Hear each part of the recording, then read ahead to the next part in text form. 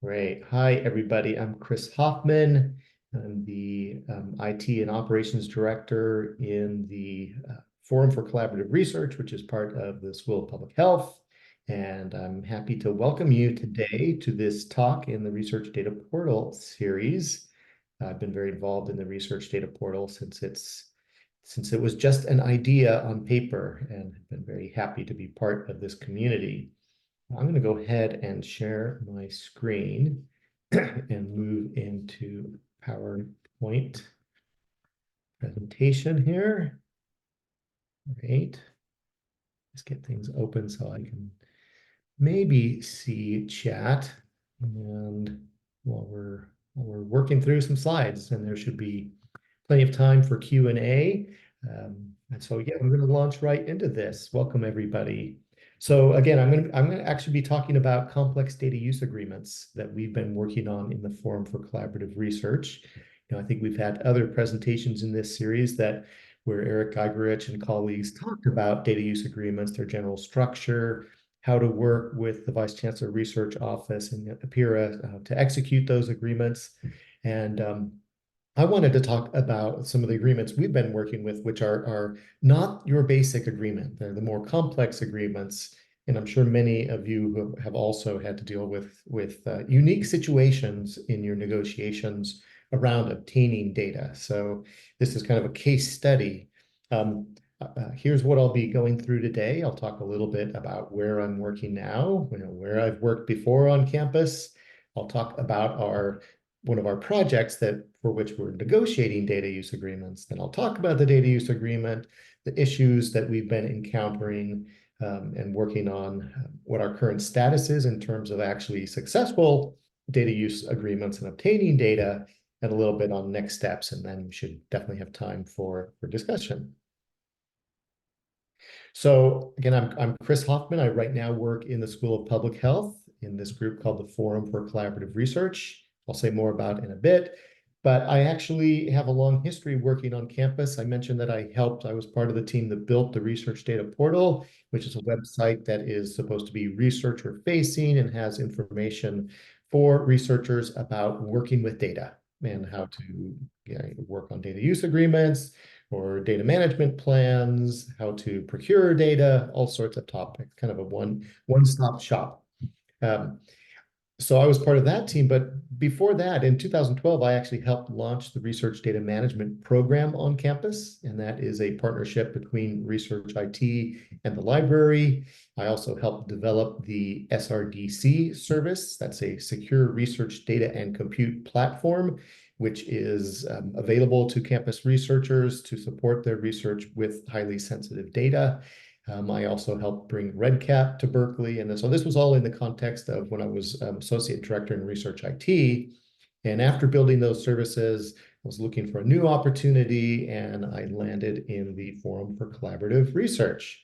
So I'll say a little bit more about the forum because it's really the kind of unique mission and style that it has really kind of sets the stage for the work we're doing, the data use agreements that we're negotiating, and so on. And it's just a fascinating organization. So this is the forum. So the forum is directed by Dr. Veronica Miller from the School of Public Health. I'm joined here today by Zachary Rooney, who's a system administrator and programmer in my team. And we're just really honored to be part of what we call the forum.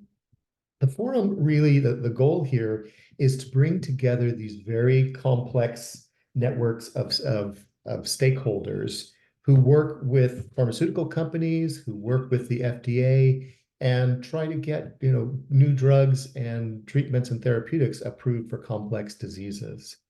So we really think of ourselves as a multi-stakeholder forum for finding ways forward with these complex diseases. So it's really an interesting model that really started with HIV and then expanded to some other disease areas. And really, what the forum has done for more than 25 years is really bring these communities together, including patient representatives, pharmaceutical companies, academic scientists, and so on, to really have these, consensus building conversations about, what we can do to make progress on some complex diseases. Little history here. So this was actually formed out of the office of Al Gore back in 1997 as the HIV Forum, when HIV there were cures out there, but now the struggle was, how do we make those effective and available to as many people as possible?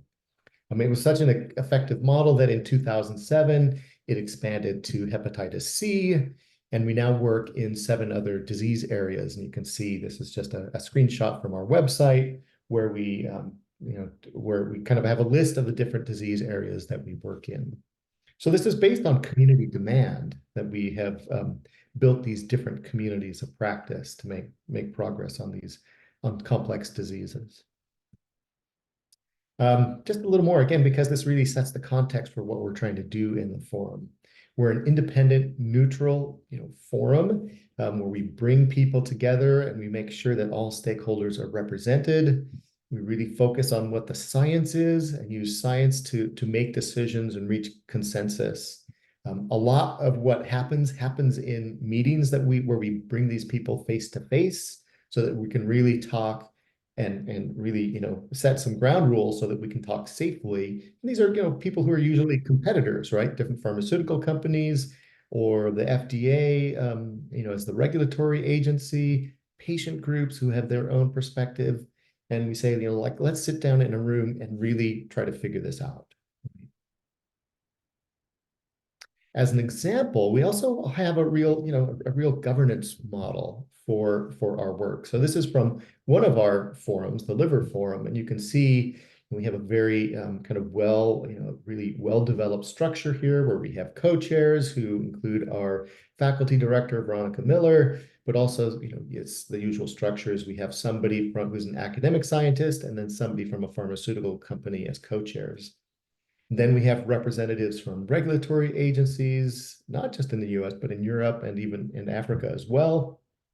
We bring in patient advocates, different consortia or academic societies, academic scientists who are really the leads in their field. So we bring in the top people in particular disease areas, and then the top people from different pharmaceutical companies that are also working in those areas.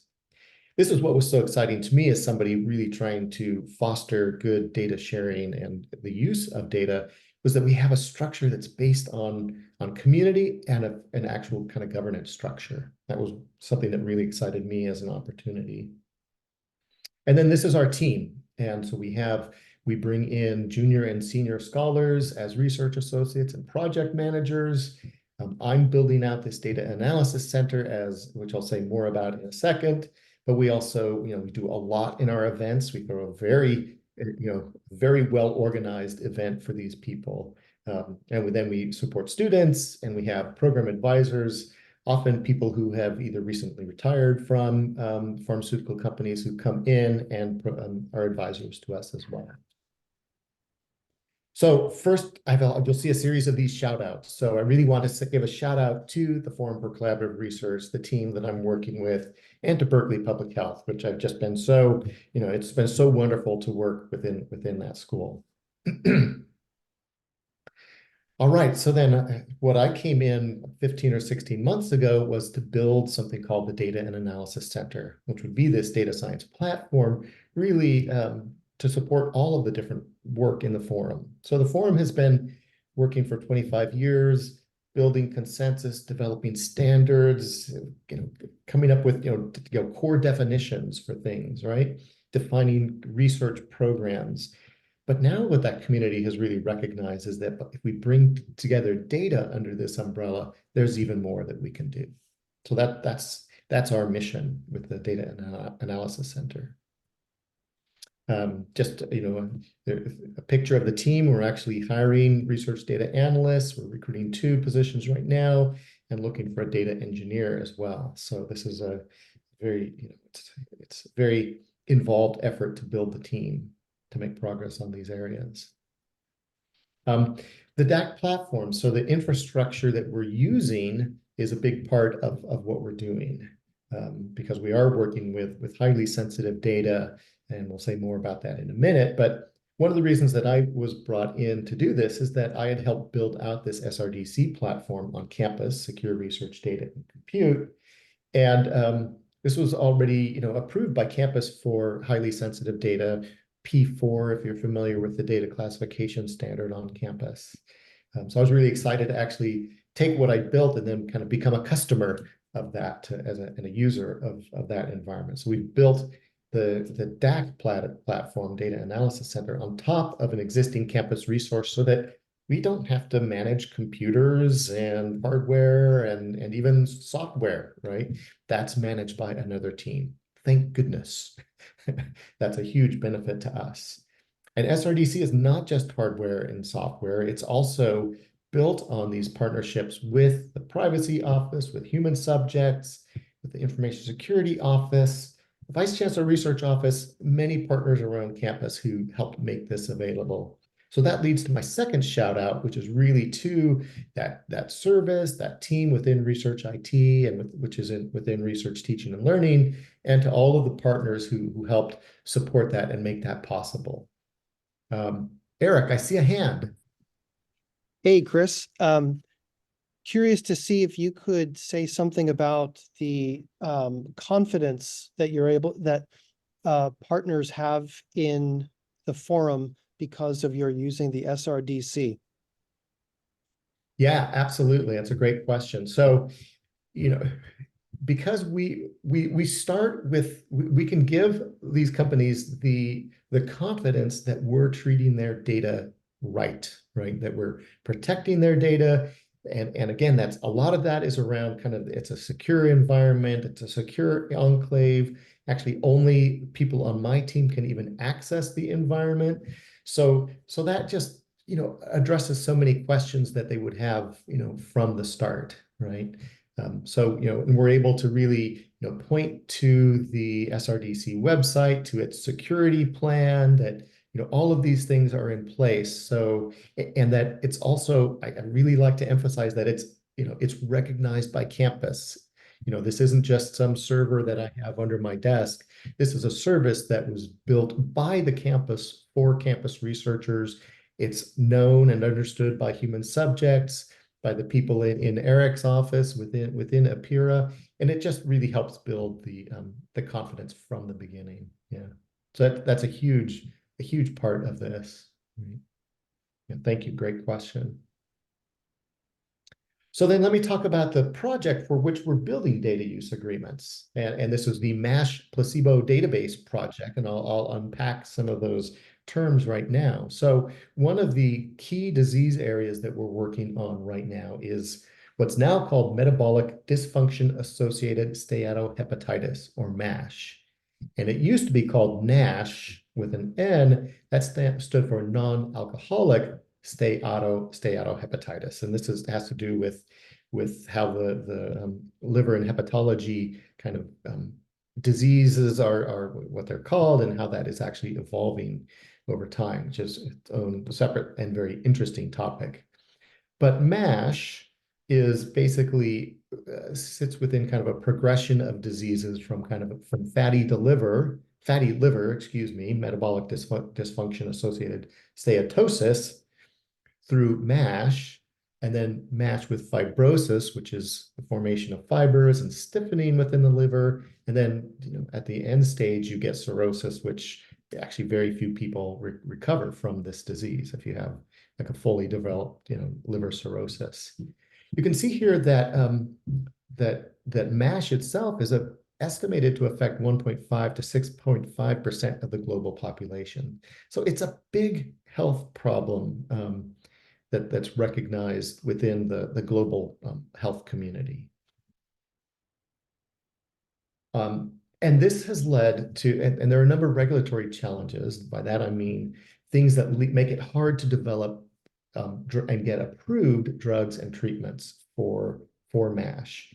And these affect the pharmaceutical companies, the regulatory agencies that want to approve good treatments, and of course, it affects the patients most of all.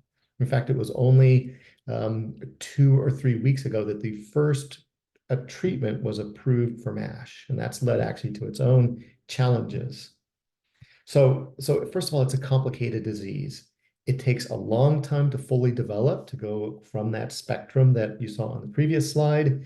And it also seems to progress and regress, and it's just not clear why that happens. It may be that it's not actually just one disease, that it's multiple diseases, and therefore will require multiple mechanisms of action, different kinds of treatments in order to really provide benefit to more patients. The main tool used to diagnose MASH is a liver biopsy, right? If you're not familiar with this, this is where a needle is inserted in the liver and actually takes out kind of a column of tissue, which is then studied under a microscope. It's very painful. People don't like it. They don't want to do it. Sometimes they refuse, right? Which then means they won't be part of a clinical trial. It's just a small sample from a big liver, from this big organ, and it's also read subjectively. Hepatologists read these biopsies and determine where you are on that progression of fatty materials, of fibrosis, and of cirrhoses, right? Now this has gotten so expensive now because basically the approved practice is that you have to have 3 people read these biopsies and then compare their results, and then have somebody else actually come up with like if there are disagreements, how do you make a determination, right? Do you all sit down together? Do you have a 4th person look at it? So it's very expensive, and frankly, it's just maybe not very accurate. And by the time the liver starts showing progression of the disease, the disease has reached a more advanced state. Really, you want to catch the disease much earlier than when you can see it in a biopsy. There are a number of efforts to develop other techniques that use imaging techniques, that combine imaging techniques with blood serum tests, but none of these are approved yet as methods for diagnosing the existence of MASH. So as a result, and because really this is a long-term disease, it's become challenging to keep patients in those placebo arms. So all of this leads to a real need for more creative ways, more new ways to design clinical trials, to test and evaluate therapeutics and treatments, and a real call to use data in new ways. So that leads directly to the placebo database project that we've launched within our Liver Forum. You can see the aim and objectives here. We're really trying to address this very complicated, very prevalent drug globally, or disease that has a global prevalence. And we're doing that by bringing together the placebo arms, the people who are in the untreated parts of a clinical trial, and analyze their data together using the standard analytical techniques, but also novel methods from machine learning and artificial intelligence to really understand the natural history of the disease in untreated patients. And we'll say a little bit more in the next slide about why we think with placebo data, we can actually learn a lot. And again, we want to develop results that can be used to lead to new therapeutics and treatments.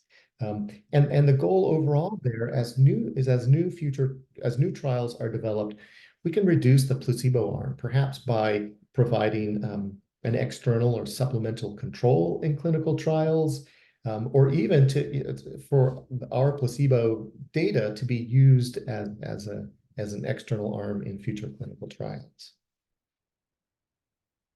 So here are some of the advantages we believe of using placebo data. These are people who were in a randomized clinical trial. They're part of this study, so they were randomized, so they took a placebo drug. They believed they were on a treatment of some kind. They of course knew that there was a chance they'd be on placebo. They received all of the extra visits with medical professionals. All their tests were taken. By bringing together 20 or so clinical trials or more. We have potentially patients that are, we'll have a more diverse data set that we'll be working with. There are a number of things here that I won't go into in detail that help the statistical analysis be stronger for kind of the regulatory process. Because our goal is not just to learn something, but to learn something that can lead to treatments and therapeutics that will be approved by regulatory agencies in the US and abroad.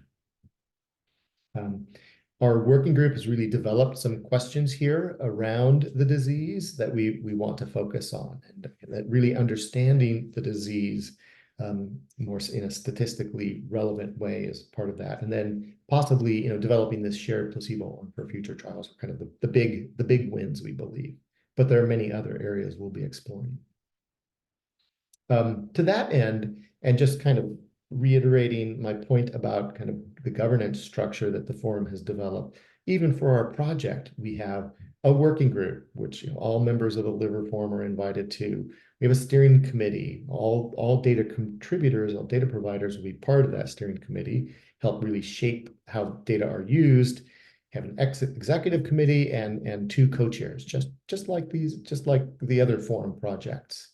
And because we're a little different, we're also forming a statistics and analysis working group to really explore as a kind of a novel kind of data science team what we can actually do as there's many other areas that we want to work in. Right, finally, we can talk a little bit more about the data use agreement then that we've been negotiating. And really, what I'll first start out with, with really trying to be more clear about some of the challenges here to our data use agreement. So 19 of our 20 data providers are pharmaceutical companies. They're based all around the world. They work with patients all over the world. They can be very small startup companies all the way up to very large pharmaceutical companies that you see their ads on TV all the time. Their data and their intellectual property are that's their gold. That's an extremely important asset that they have. And they have invested incredible amount of money in these trials. And until you have an approved drug that people are buying, you don't make a cent off of it, right? So they have a lot invested in these assets. Now, the data that we're receiving are de-identified or even fully anonymized. I'll say more about that in a second as one of our challenge. But the risks to the data are high, or actually the impact of anything bad that happens would be very high if something happened with these data, like a data breach.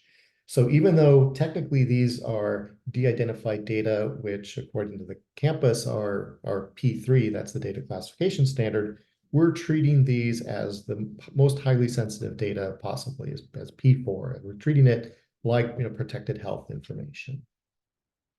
Now, we're committed within the forum to publishing results, to sharing results with our stakeholders. It's very important, and of course we have to sustain ourselves. So we're looking at some creative ideas that could actually bring some funding to the university, such as, developing, having an analyses as a service. So if a company wanted us to do some analysis for them on this placebo database, they could develop an agreement with us that would, allow us to perform that service, and the results would be returned to them, for a fee. In addition, as we think about our placebo data as possibly a shared data source for future trials, we actually have a model for making those available for a fee as well, right? Where we would actually share those data under certain conditions and with different agreements. Right? So our data use agreement has to accommodate all these possibilities, or most of these possibilities. We may have to go back and renegotiate our data use agreement in certain circumstances. Now, I mentioned that we're limiting data access to the DAC team. However, because we want regulatory agencies such as the FDA to be able to use our data for regulatory processes or purposes, we'll allow access to the regulatory agencies, when we get to that point. So we've built in some terms and conditions around access and how that would happen. Interestingly, this is for the data management people out there. these kinds of data and processes require reproducibility. And so that's really exciting, right? I'll say more about that in the key takeaways. The other kind of real big context is here is that the trust we have with our stakeholders, these pharmaceutical companies, the FDA, the patient groups, that is the most valuable asset we have. So we have to absolutely make sure that we're doing right by our stakeholders, and especially with these data providers who are giving us their very valuable assets.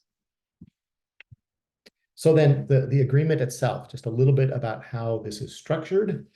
We have a main agreement that contains the definitions. It has terms and conditions that we believe will work for any forum project. So right now, we're very focused on our first project, the MASH placebo database, but we've designed this so it will work for other projects that the forum is actually in the process of launching. We're very active in our HIV forum. We have some projects coming up pretty soon.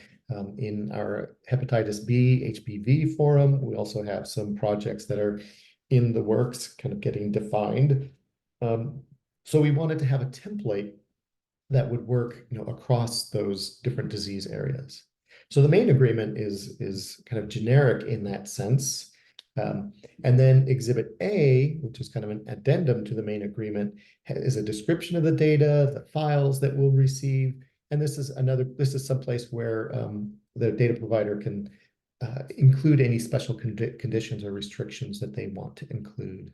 So that's the general structure, and that really works really well. It's kind of like a master agreement, but it's not one agreement that has multiple companies working underneath it. It's one agreement per company. Now, where that's actually different, remember this, Eric, is that many of the companies that we're working with are large pharmaceutical companies that are working in liver diseases, they're working in HIV, they might be working in our ocular disease area. And so we could actually have one agreement and then multiple exhibits if we had one company providing data to multiple projects that we run. And so that I really hope that in 2 or 3 years, we'll see that as a great facilitator, is that we can just execute a new Exhibit A when we have multiple projects running. I'm not going to actually pull up the data use agreement and go through every term and condition because that would probably be boring and it would take too long. And especially if I had the change tracking turned on, we could see all the different things that we've been working on over time. But during discussion, we can definitely talk about any specific questions you have about what language we've used, for instance. And I definitely invite you to reach out if you want to, talk to me. And Eric Gigerich is very, very familiar with this agreement as well. So let's talk about some of the issues that are really kind of front and center for this data use agreement. You can imagine that privacy is a big issue for the companies and for us as well, of course. There are particular issues around informed consent. So some of these trials were, actually initiated in 2015, 2016, and the informed consent language was maybe more generic about, can your data be used for other research outside the specific purposes of this clinical trial? So we have a lot of discussions about that. Some companies have significant expertise in that area. Some companies have obtained data from other companies because through an acquisition process, and they have to then go find out, well, how were patients consented in those earlier trials? So that's a big area of interest, and then basically takes time also. I mentioned that many of our partners work in Europe. So this is another thing about MASH, is that because of this disease, to get the statistical power, you have to have very large numbers. So people are recruiting all over the world, right? And certainly within Europe. And the GDPR is a privacy law in EU context. There's a similar thing basically in the UK now. Basically, China also has something similar to GDPR. And these have very kind of restrictive rules about the contexts under which data can be shared about people who are in the EU, for instance, at the time of their trial. There are specific clauses around cross-border transfers, so basically transfers of data to different countries. That's a kind of contentious area that people will ask about and will kind of negotiate on. With GDPR, there's something called the standard contractual clauses, which would help address some of the kind of terms and conditions and legal issues around GDPR. And we always tell companies we're very happy to include the standard contractual clauses, et cetera, et cetera. So far, that hasn't actually come up. Most companies in Europe have said, look, this is a cross-border transfer issue, so we are going to fully anonymize the data. So that then gets into some of the specialized language. Those of us working in the US are kind of, and with biomedical data, are quite familiar with de-identification, and that HIPAA has specific definitions of how you de-identify data to make it unlikely to be able to link a record to an actual person. GDPR takes that much further. The level that we think of as de-identification under HIPAA is similar to what GDPR calls pseudonymization, right? Where there are some identifiers left. With anonymization, you're basically, removing even more data, right? So things like ethnicity, most kind of geographic region data, and so on. This is a very complex area that there are a lot of different methods on, and I will not pretend to be an expert in them. But as a result, the data we're getting from our European partners are even further de-identified than what we think of as de-identifiable data, right? So that obviously has some impact on our analyses, right? But that's where we are. And we've just said, that's fine. We're definitely trusting the companies to make the decisions that are right for them, while reminding them the value of being able to work with high quality data with different kinds of information in it. Intellectual property is also another significant issue for our data use agreements. First of all, this is, companies are definitely, paying attention to this. You can tell that as we talk to people, they're going off and talking to their IP offices, their regulatory, their partners to determine if there's anything in these data that should not be shared with us that might reveal something about intellectual property. I'll give an example. One of the kind of data sets that is often included in a submission to the regulatory agencies like the FDA is an adverse events data set, right? Which, if there's anything that happens, like somebody has a reaction to the drug, or even if somebody's on the placebo and has some kind of adverse event, which there are many different kinds of adverse events, that gets included in the information that gets sent to the FDA. So you can imagine that companies are sometimes a little, they're very cautious about what they share, and we're still learning what kind of data we're going to be getting in terms of things like adverse events. But maybe there's something else in terms that there are many other things that might be considered. In the EU, they've actually defined this area as commercially confidential information, and there are processes for European pharmaceutical companies to identify information that they want to redact from public data sharing. Right? So I think that will actually come up more in the US as well in the future, having a formal definition for that. Now, something that has come up recently that Eric and I have been working on is in the terms and conditions, it has to be very clear that UC Berkeley, we don't own the data that we've received. The company always owns the data, but we own the results, right? And we have to be very clear about what results are, and also, what happens if we actually come up with a patentable invention. I think it's a long shot, but I think it's possible that with the novel work we're doing, something about our software pipeline or our analytical pipeline could be actually patentable. This is something I'm personally trying to learn more about, but we have to have language in the data use agreement around how results will be handled, and what would happen with a patentable invention. I think we're actually, like that close now to some really good language that the Office of Technology Licensing has helped us with.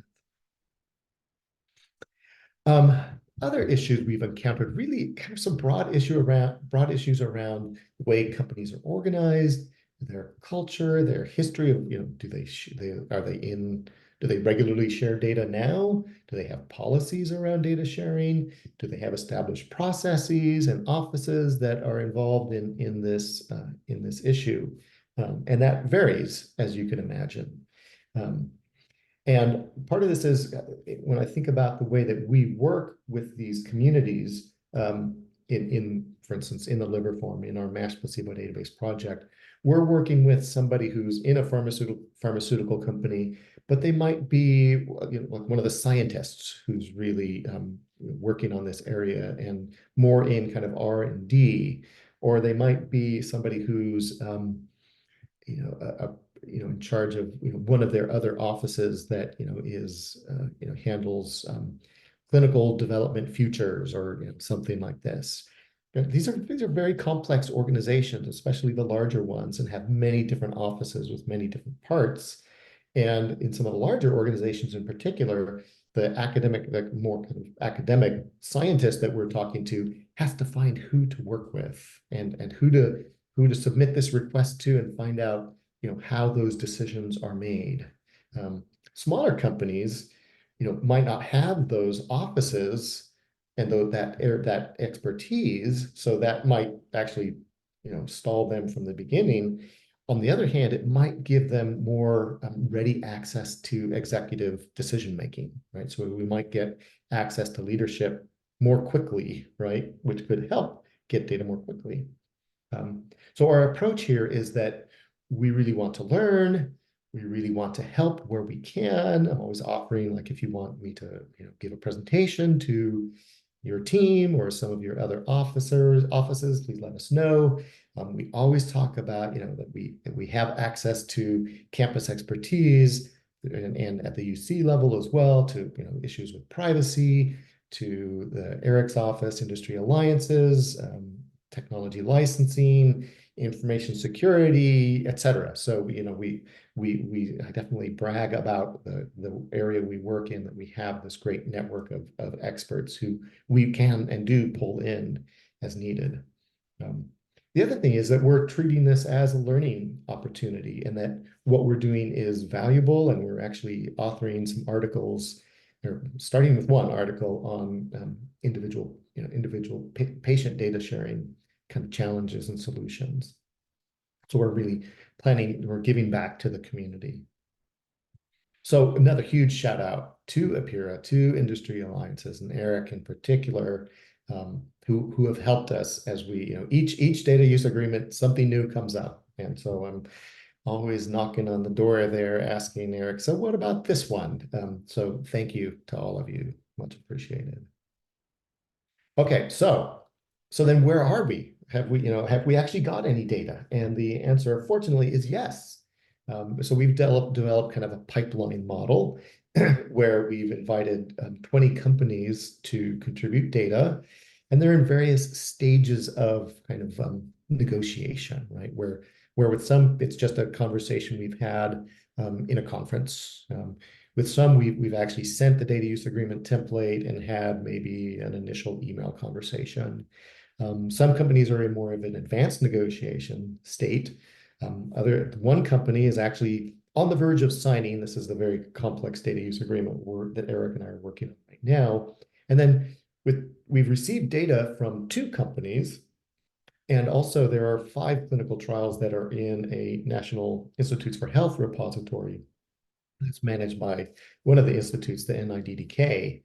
And so we have 476 placebo patients right now in our database, and that includes everything from their demographic information, but also all of the lab measurements that they received at different visits over time, medical history, background, et cetera. Whatever was asked basically is part of that clinical trial, and whatever was part of a submission of data to, I think these are all FDA submissions because they come from clinicaltrials.gov. So we have this pipeline, and we manage this data in a very, careful way, right? This is very, um, and we negotiate with these people and follow up, and it's taken a long time with many of these.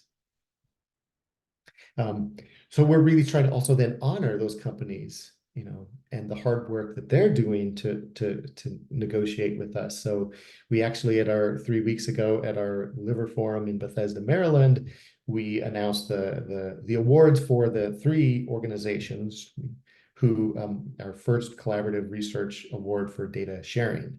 And the 2 companies are Enyo Pharma, which is based in France. So we do have data from one, GDPR, covered pharma company, and then Mirum Pharma, which is based here in California, actually.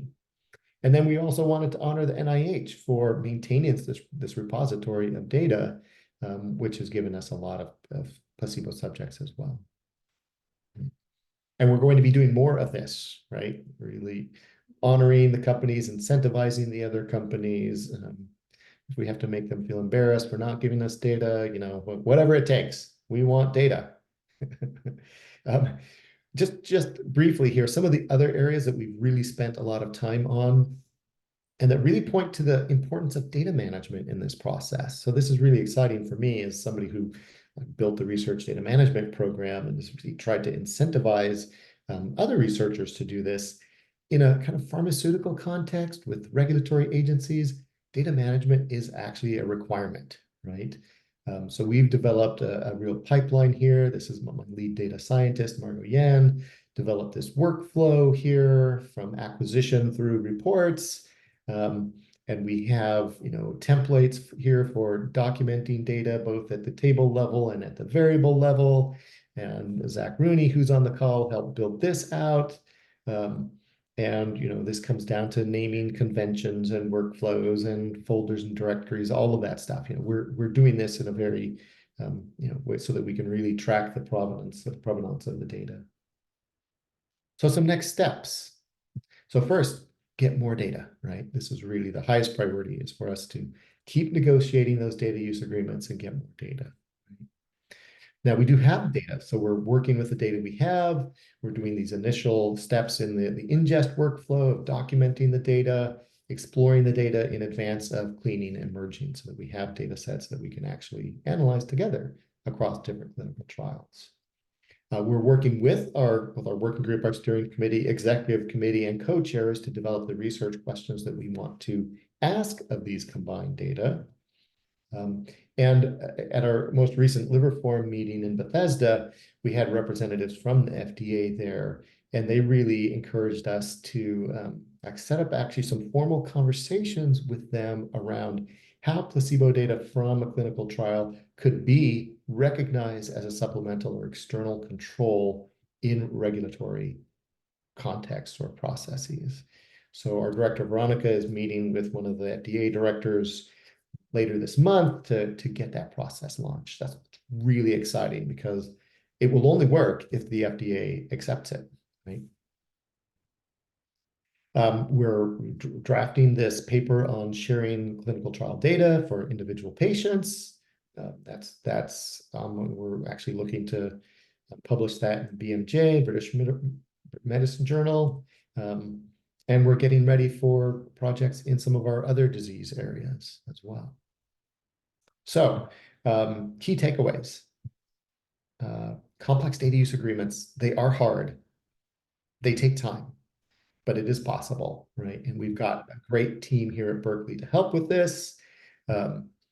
Privacy and IP issues, those are real issues for the companies we're working with, so that, we're developing more expertise and really trying to have good language in our data use agreements. And really that's kind of organizational culture issue is significant, right? And the companies know that too. They know they're not all the same, right? So don't underestimate that. Pharmaceutical clinical data is really interesting. So as I mentioned, data management is a requirement, but also reproducibility is a requirement. So when companies submit data to the FDA statisticians do their own analyses, reproduce the analyses done by the company, but do their own as well. So this is built into this domain. also innovation in data science is a requirement. So this is such an exciting area. I mean, I was so happy to, move to this area, and not knowing much about it, have been learning a lot. But as I learn more, it's just the potential here. And obviously we're talking about, helping people, saving people's lives. So that's incredibly exciting and meaningful as well. All right, so now we can move on to discussion, and really the last shout out there is to you in the audience. Thank you for coming today. Thank you to the Berkeley Research Data Portal. I have the URL there. And yeah, let's open it up now. We're at 12:49, so I didn't go all the way until the end, so we actually have a little bit of time. Well, thank you. I will stop sharing. Yeah. I can go back to slides if anyone has questions on specific slides. Chris, I have a question. You've been involved in single instances of data use agreements, and this is a very complex program with this sort of master data use agreement and rolling it out to lots of different companies.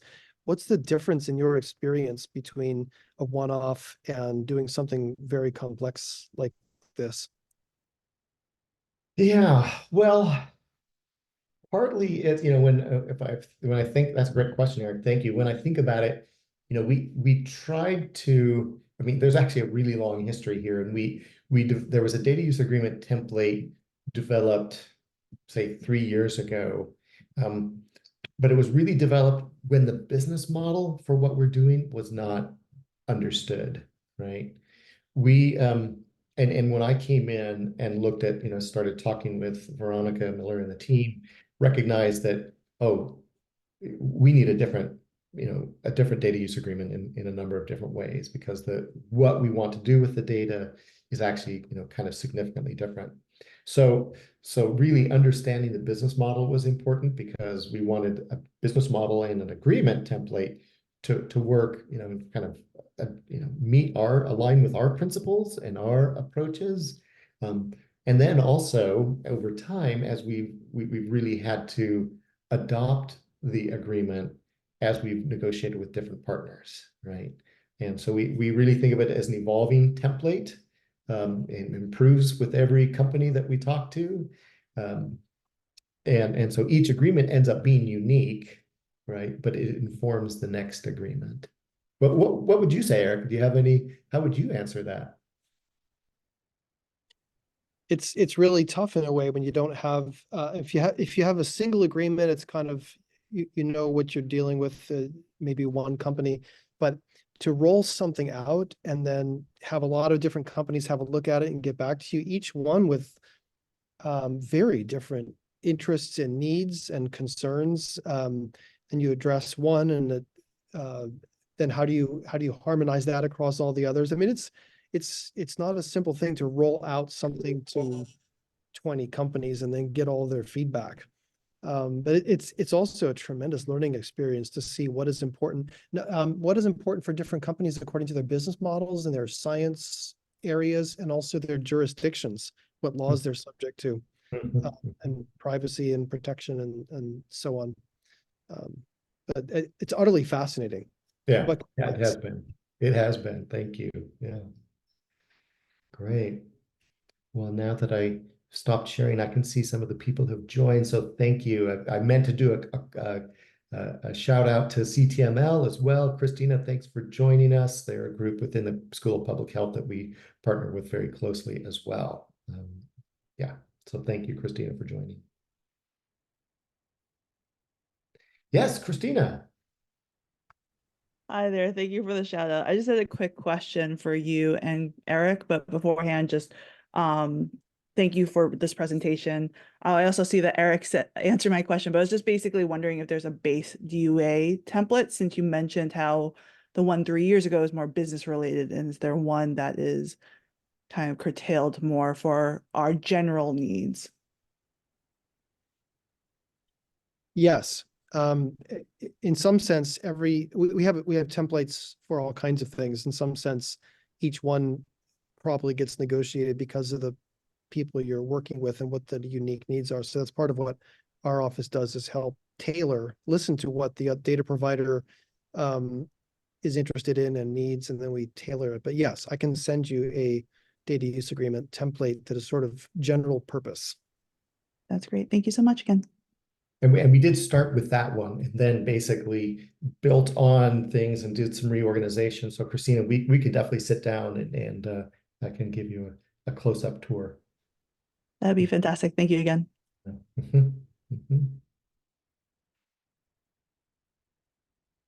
Great. Any other questions or comments? Is anybody else working on complex data use agreements?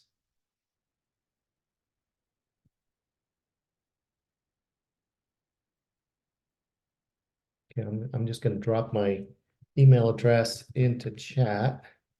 Definitely welcome any comments or questions you ever want to talk about what you're doing with data. Happy to also talk. Chris, I have another question. This is not about agreements, which is my area, but I think what you're doing is somewhat unique, not just from where I sit, but probably from where you sit as well. Tell me if I'm wrong, but you're coordinating with a lot of different partners, and you're building something quite unique, which is a way of aggregating different people's data and managing it very carefully, and you have to build people's trust. Do you see are other people doing this, or do you think that you're kind of out there doing something really unique on campus?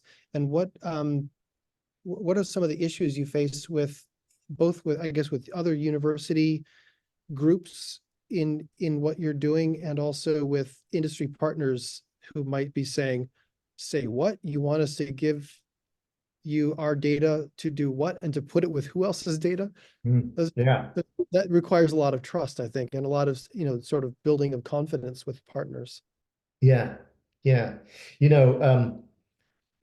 It definitely has been interesting. Of course, one of the first things we did was try to look for what else, say, on campus and then within that kind of pharmaceutical clinical industry might be similar to what we're trying to do. One of the organizations on campus, one of the research groups, it's really applied research, right? It's not just it's applied research.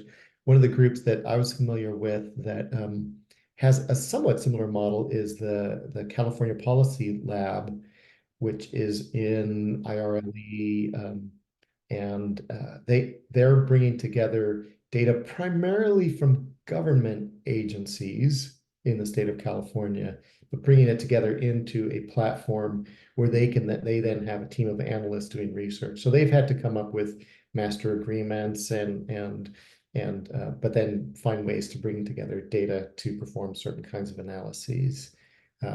So that's similar in a sense. That was a group I was familiar with. And we know there are other groups doing work, a lot of work, obviously, with data that are being brought in, from other kinds of relationships under different kinds of agreements. But that's the one on campus that I always think of as kind of a parallel effort.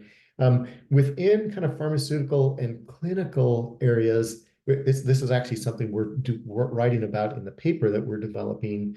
The pharmaceutical companies themselves have, developed some resources for sharing data. There's something called clinicalstudydatarequests.com, which is, it started out in like 2015 as 8 or 10 different companies saying like, hey, let's bring the data together and see what we can do. Then that's kind of evolved, but then there's something called Vivly, and there's something at Yale called Yoda, and which has just a few disease areas. There's actually a large project partially sponsored by the FDA called the Critical Path Institute. It's basically out of ASU, and they bring together clinical trial data on a number of different rare diseases, right? So they've become kind of a large entity that both does training, does some research, and then also brings data together for rare diseases.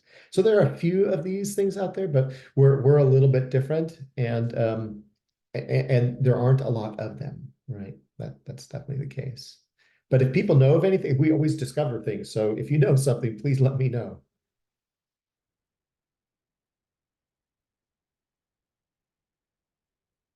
Great.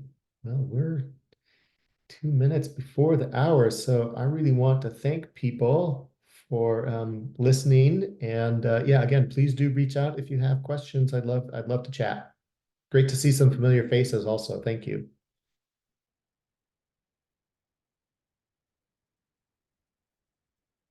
All right. Talk to you all later. Bye. Thank you.